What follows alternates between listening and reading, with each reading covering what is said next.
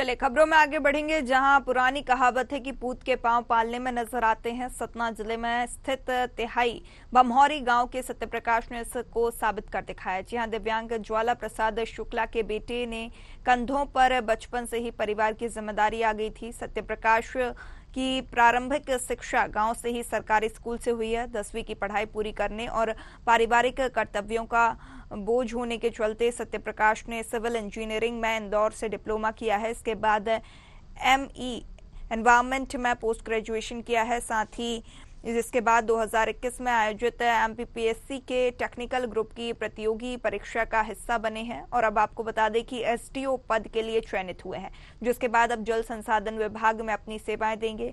इस परिश्रम और सफलता को लेकर क्या कहते हैं सत्यप्रकाश और उनके परिजन, आइए सुनते हैं। ईमानदारी से अपनी पढ़ाई और अपनी जिम्मेदारियों को समझा था। हम लोगों से छोटा, पर हम लोगों को छोटा था जब भी जहाँ जैसे ज़रूरत पड़ी है, बड़ी बहनों को, छोटी बहनों को वहाँ अपना सहयोग किया। आज इस मुकाम तक पहुँचे हैं तो क्या कहना चाहेंगे आप? हमारे मम्मी पिताजी के सपोर्ट और उसके खुद की ईमानदारी से। मेरे पिताजी खुद तो लाठी का सहारा लेते थे, पर अपने बेटे को आज लोगों का सहारा और हम लोगों का विशेष तौर पे कि अपने पीछे से हम लोगों को कभी हमारे पिता और भाई दोनों बन के हम लोगों की मदद करे और सबकी करे। ये बढ़े हैं तो अपन सहारा बहनी भाई के सबका बेगोड़े हाथ का बाप रहा, उनका सहारा बने बस। सबका कहा चाहिए बस।